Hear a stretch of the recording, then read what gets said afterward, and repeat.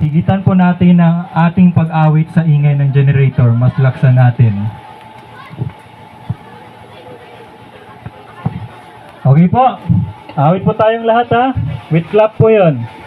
1, 2, 3, go! Happy birthday to you.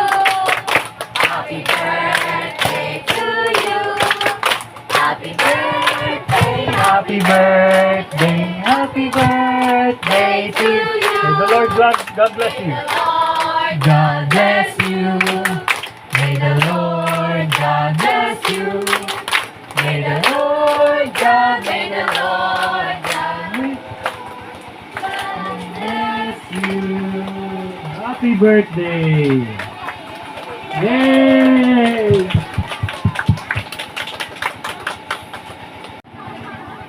Our Lola Linda. Birthday, Minard. Sana maging malagaya ka ngayon. Tapos ngayon, wala ka namang na problema. Huwag ka namang isip na mga problema sa buhay mo, ha? Isipin mo ang pananampalataya sa iyong pag mayroon kang problema. Laging tumingin sa Panginoon. Laging dumalangin. Minuto, segundo, nandiyan ang Panginoon, dumagabay sa iyo. Kaya nga, laging maligaya ka. Huwag mag-isip ng mga problema. Ngayon na mag-graduate ka na, tapos ngayon, may 21 ka na, tapos graduate ka pa rin ang engineer. Awa ng Panginoon, galing din, nakalang ka sana ng iyong mga magulang, laging nagsuporta sa iyo habang ikaw ay nag-aaral. At tapos, huwag mo na mag-girlfriend, ha? Magtrabaho muna, tulungan ang magulang, pati mga kapatid, ganun. Ha? Kung talagang hindi na matiis, okay lang. Okay lang yun. Pero, isipin mo naman, ikaw ang panganay.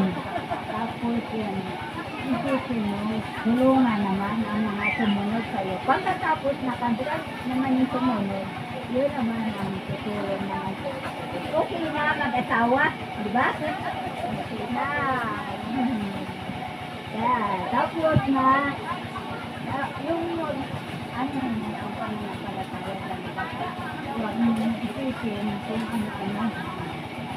Laging iisip mo, may Diyos tayong gumagabay sa atin. Oras-oras, minuto-minuto, nandiyan ang Panginoon gumagabay sa atin.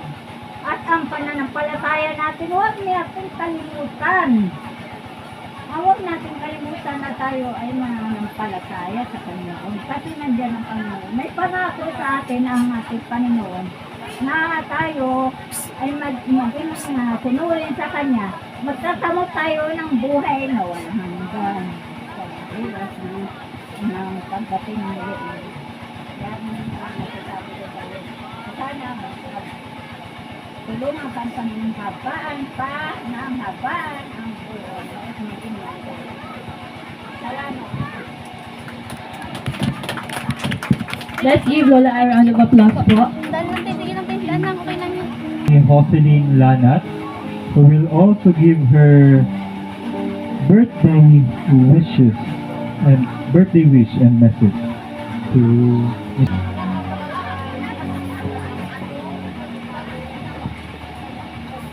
Hello. Magandang hapon po sa inyong lahat.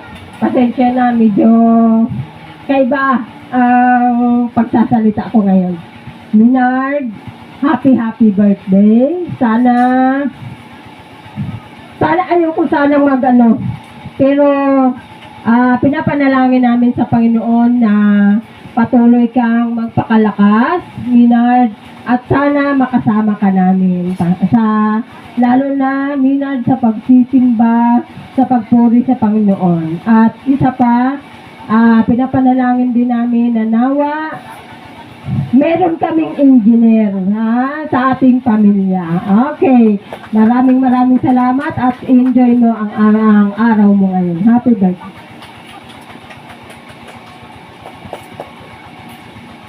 Thank you po, Andel Celine. And now, may we call one of his cousins, Ma'am Shela Tulaylay.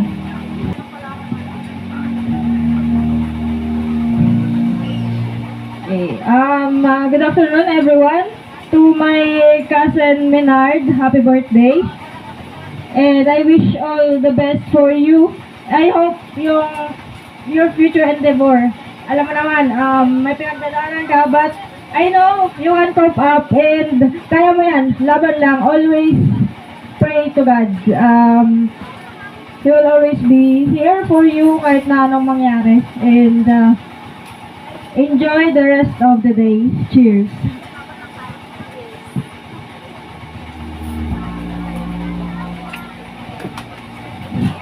Next po is ang kanyang cousin slash friend, si Miss Ava Yvette Cardejon.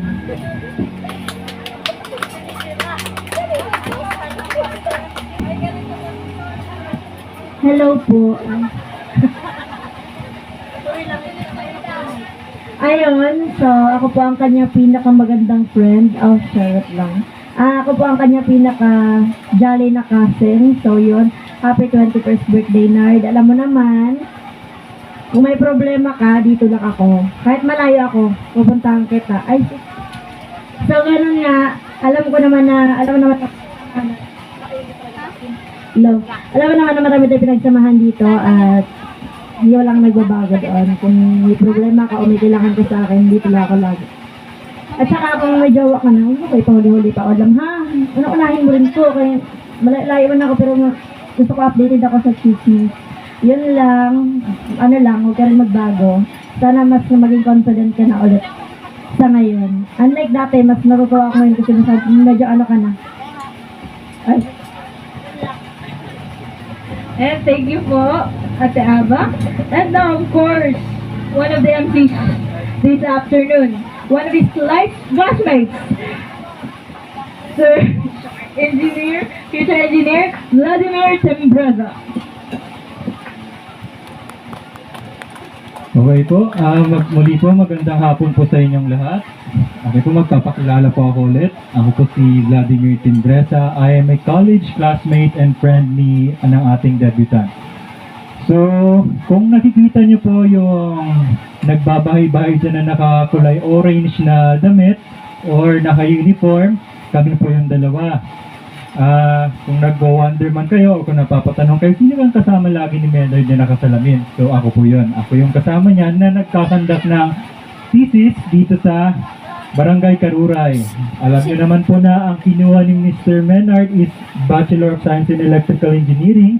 So pinili po namin ang kanyang barangay dahil wala ditong kuryente at dito kami nagkandak ng research.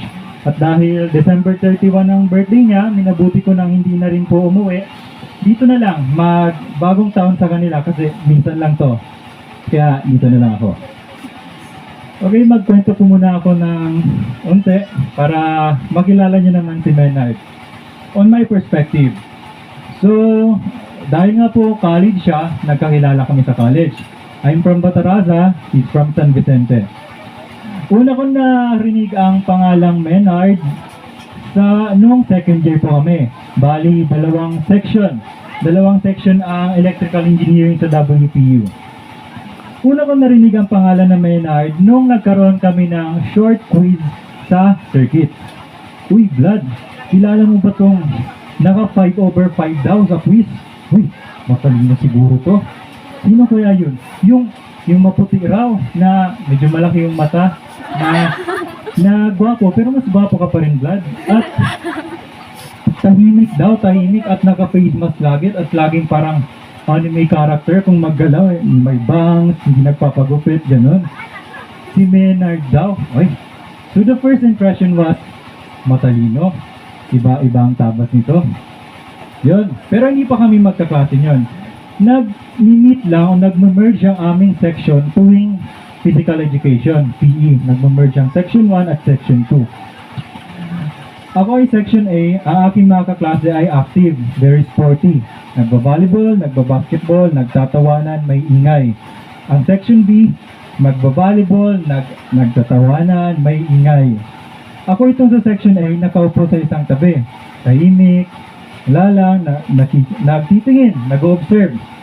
At sa Section B, meron din gumagawa yun. Nakaupo, tahimik, nag-observe sa paligid. Sige nga, lapitan ko nga to. Ito na yung sinasabi nilang magaling daw na electrical engineering. Who knows na yung mga trip sa buhay ay trip ko rin. Sa halip na mga pag-usapan namin yung normal lang pinag-uusapan ng mga binata ay sus.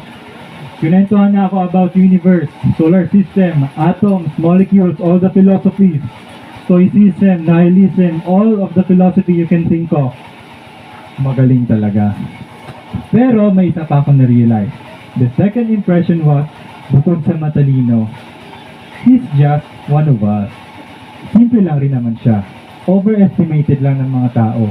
Natatakot siyang lapitan kasi nga, mataas daw. Literal na matangkad, mahirap pang ma-reach. Grabe na rin yan kapogi ng ating debutant, no? Pero nung nakausap, simple lang rin naman pala na tao. Ayun po. So, ayan, dito tayo sa birthday wish. Wala na akong masabi kasi halos 2 taon na rin kami magkasama. Menard, or mas, ano ko po siya sa tinatawag na Tay, kasi sa aming dalawa, magka-boardmate kasi kami, parang sa aming dalawa, I mean tahimik na po ako, pero pag sa aming dalawa, sus ako na yung maingay. Kasi kaya ni Menard matapos ang buong araw na hindi nagsasalita kapag hindi kinakausap. Pero yun nga po, tawag ko sa kanya Tay kasi parang fatherly figure siya sa aming boarding house. Sa halos 2 taon na ating pagsasama, narinig ko na lahat ng problema mo, narinig mo na rin ang lahat ng problema ko. I just want you to know that I'm always one call away. Literally, one call away. I'm your brother from another mother, and I'm your best pal. Always behind you. Lahat ng mga trials na nararanasan mo, pakikinggan kita. Dahil hindi naman sa pag-ano, pero naiintindihan kita. Kung hindi mo kayang masabi ang lahat ng gusto mong sabihin, let's say sa iyong pamilya, sa iyong mga kapatid, naabot kita, naririnig kita. Nandito lang ako lagi. And let me use this opportunity to thank his family, his very wonderful family. Very wonderful family. Nard, pahalagahan mo ang iyong pamilya kasi bilang na lang ang mga nag-aaral ngayon na perfecto ang pamilya. Kalimitan, meron tayong problema sa bahay, naapektuhan ang mga nag-aaral nilang anak. Kaya ikaw, na nandyan pang iyong nagmamahal na mama at papa, pahalagahan mo sila at mahalin mo sila. And you have these 4 other siblings with their distinct colors. Mayroong maingay, mayroong masipag, mayroong Daniel Padilla, mayroong future Bachelor of Science in Secondary Education, major in English. Bukod doon sa may engineering na tayo, sunod, mayroon na rin tayong teacher sa pamilya. Grabe ang tatalino ng anak ni Sir Sandy at Ma'am Mercy. Nagpapasalamat po ako sa inyo, Papa Sandy, Mama Epek, dahil napaka-warm na inyong pagtanggap sa akin. Kasi kaano nyo ba naman ako, isang lamang akong pogi na nasa isang kanto na kasado. Pero, dito tayo ngayon. I love you.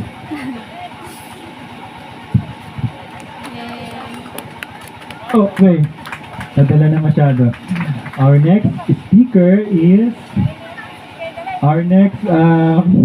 magsasabi ng kanyang birthday wish and message is ang kanyang kapatid, si Miss Shena May Garpeza. Palakpakan po natin. And good afternoon po. Hindi ko alam yung sasabihin ko. Message para kay Kuya siguro. Yeah. Yeah, dito lang ako lagi. Yeah. Alam kong mahirap maging panganay. And alam ko yung hirap ng pag may pressure sa'yo as siyempre eldest na may expectations, hindi lang yung family, kundi yung society na rin. Alam mo yan. And yeah, ignore that. Ignore that expectation.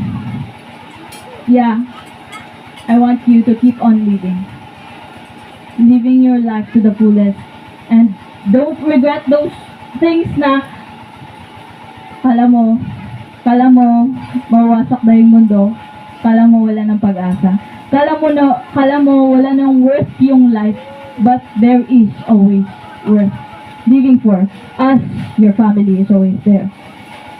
Yeah, ikaw lang sapat ng rason para mabuhay.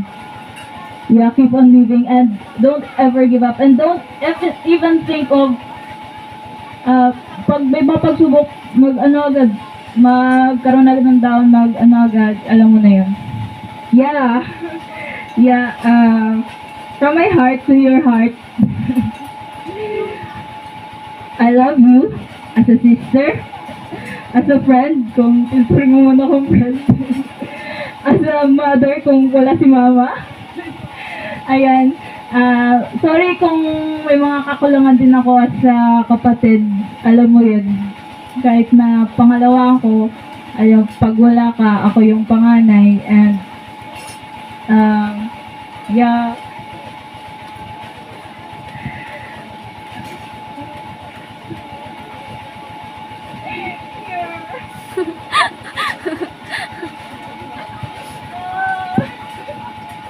ay, tama na. I wish ko sa'yo, sana, syempre, umawa pa yung buhay mo and makasama pa namin ikaw na matagal, lalo-lalo na sa church, and syempre, always stay with God. Always. Yeah. Never let go, kasi yung Panginoon laging nandyan. Lumalapit yung Panginoon, minsan tayo lang yung lumalayo. Kaya, huwag tayo lumayo kasi doon tayo mapapahamak. Kasi nasa Panginoon yung kaligtasan. Yeah. Real talk po.